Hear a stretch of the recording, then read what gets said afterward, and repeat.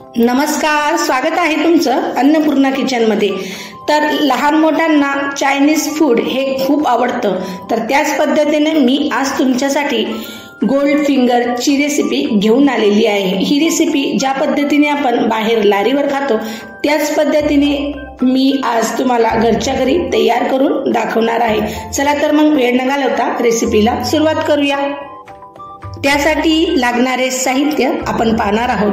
तर सर्वात अगोदर मी इथे 2 तुकडे अद्रक घेतलेले आहे, 4 ते 5 हिरवी मिरची, 1 कोबीचा गड्डा, 1 शिमला मिरची आणि 4 ते 5 लसणच्या पाकळ्या घेतलेल्या आहे। जर तुम्हाला ज्या व्हेजिटेबल आवडत असतील तर तुम्ही यामध्ये ऍड करू शकता। आणि त्याचबरोबर मी इथे 1 ब्रेडचे पॅकेट घेतलेले आहे।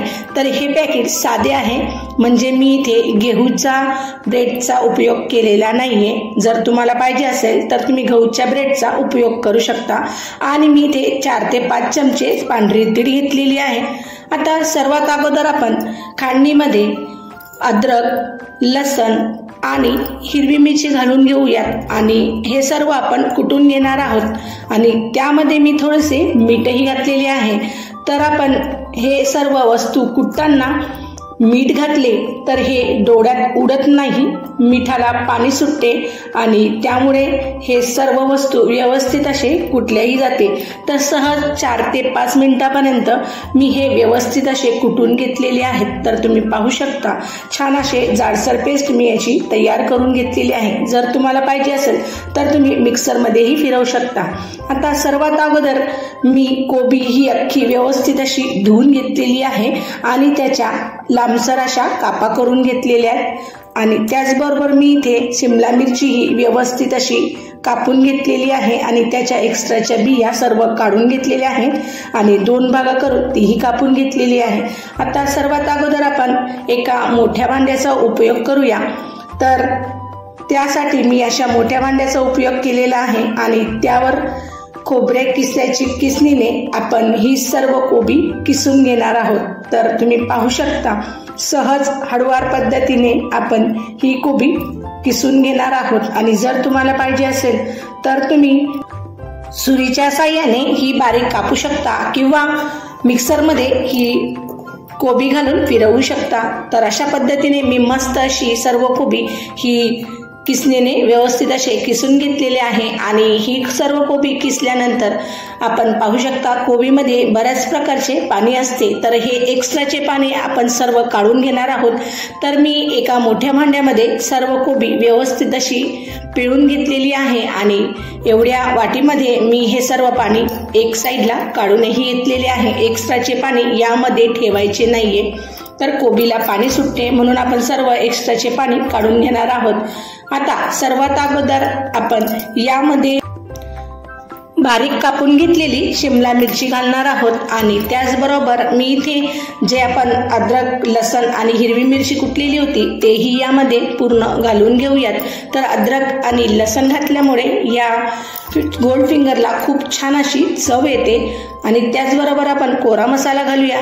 तर मी सर्वात अगोदर 1 चमचा धनेपूड घातलेली आहे, 1 चमचे हळद आणि 1 चमचा लाल मिरची घातलेली आहे। तर तुम्ही इथे मिरचीचे प्रमाण कमी किंवा जास्तही करू शकता। आणि त्याचबरोबर 1 वाटी मी इथे मैदा हा चाळून घातलेला आहे आणि 1 ते 2 चमचे कॉर्नफ्लॉवर घालून घेऊयात। तर कॉर्नफ्लॉवर घातल्यामुळे गोल्ड फिंगर हे खूप छान आणि कुरकुरीत होते आणि चवीला अप्रतिम असे तयार होते।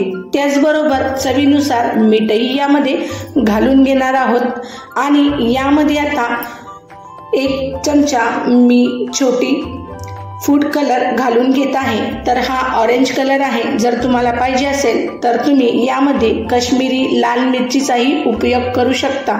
आणि जर तुम्हाला फूड कलर घालायचा नसेल तर तुम्ही तो स्किप करू शकता।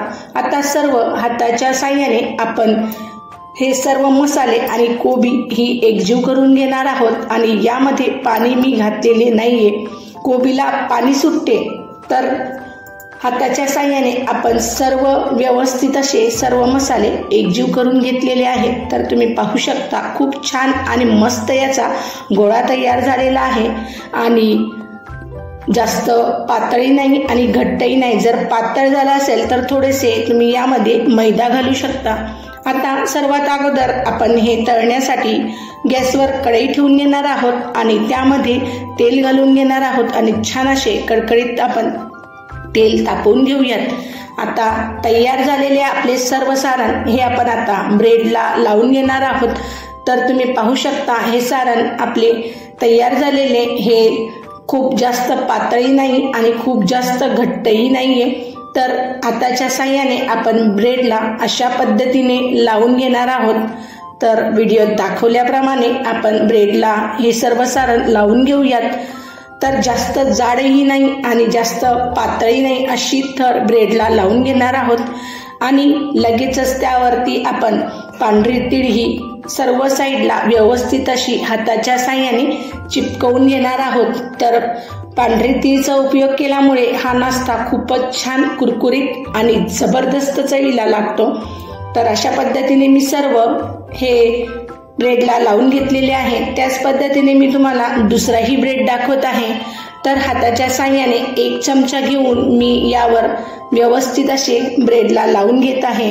तर ही प्रोसेस करताना आपण ब्रेडला अजिबात पाण्याचा उपयोग केलेला नाहीये, म्हणजे मी ब्रेड ओला केलेला नाहीये. हे बॅटर हे थोडेसे पातळ असते तर त्यामुळे हे पटकन असे ब्रेडला लागल्या जाते. आणि आता लगेचच त्यावर आपण पांढरी तीळ ही व्यवस्थित चिपकवून घेणार आहोत. तर हाताच्या साह्याने मी व्यवस्थित अशी लावून घेतलेली आहे. तर अशा पद्धतीने मी 4 ते 5 ब्रेड हे तयार करून घेतलेले आहेत. ब्रेडला मसाला लावण्यापर्यंत छान असे तेलही आपले एका साईडला व्यवस्थित कडकडीत तापलेले आहे आणि हे तेल आपण व्यवस्थित कडकडीतच तापवायचे आहे. आणि कडकडीत तेलामध्ये आपण ज्या साईडून मसाला लावला आहे तो साईड आधी तेलामध्ये सोडून घेणार आहोत. तर एक ब्रेड मी तेलात सोडून घेतलेला आहे, तर दुसराही ब्रेड अशा पद्धतीने आपण सोडून घेणार आहोत.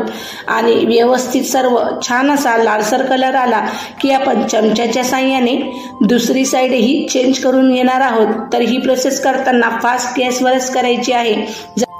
कमी गॅसवर हा मसाला कच्चा राहतो आणि त्याचबरोबर हे जास्त तेलही शोषते, म्हणून आपण फास्ट गॅसवर गोल्ड फिंगर हे छान असे क्रिस्पी होईपर्यंत फ्राय करून घेणार आहोत. तर सहज 2 ते 3 मिनिटापर्यंत हे छान असे फ्रायही होतात. तुम्ही पाहू शकता की दोघं साईड ही खूप छान आणि मस्त अशी कुरकुरीत तयार झालेली आहे. आता चमच्याच्या साह्याने व्यवस्थित आपण या ब्रेडचे तेल गाळून घेणार आहोत आणि एका मोठ्या डिशमध्ये हा नाश्ता तयारही करून काढून घेणार आहोत. तर तुम्ही पाहू शकता खूपच जबरदस्त आणि लालसर कुरकुरीत हा नाश्ता तयार होतो. त्याच पद्धतीने मी दुसरेही गोल्ड फिंगर तळून घेत आहे. तर मसाल्याचा भाग हा सर्वात अगोदर तेलामध्ये सोडणार आहोत आणि त्याच पद्धतीने दुसराही ब्रेड मी तेलामध्ये सोडून घेत आहे. तर फास्ट गॅसवर हा नाश्ता छान असा कुरकुरीत असा तयार होतो आणि चवीला खूप जबरदस्त असा लागतो. तर अशा पद्धतीने आपण दोघं साईड ही व्यवस्थित अशी फ्राय करून घेणार आहोत आणि दोघं साईडून कुरकुरीत असा हा नाश्ता तयार करून घेणार आहोत. तर अशा पद्धतीने मी सर्व गोल्ड फिंगर हे फ्राय करून एका मोठ्या थाळीमध्ये काढूनही घेतलेले आहेत. तयार आहेत आपले कुरकुरीत चायनीज फूड गोल्ड फिंगरची रेसिपी. तर ही रेसिपी मी तुम्हाला सर्व्ह करून दाखवत आहे.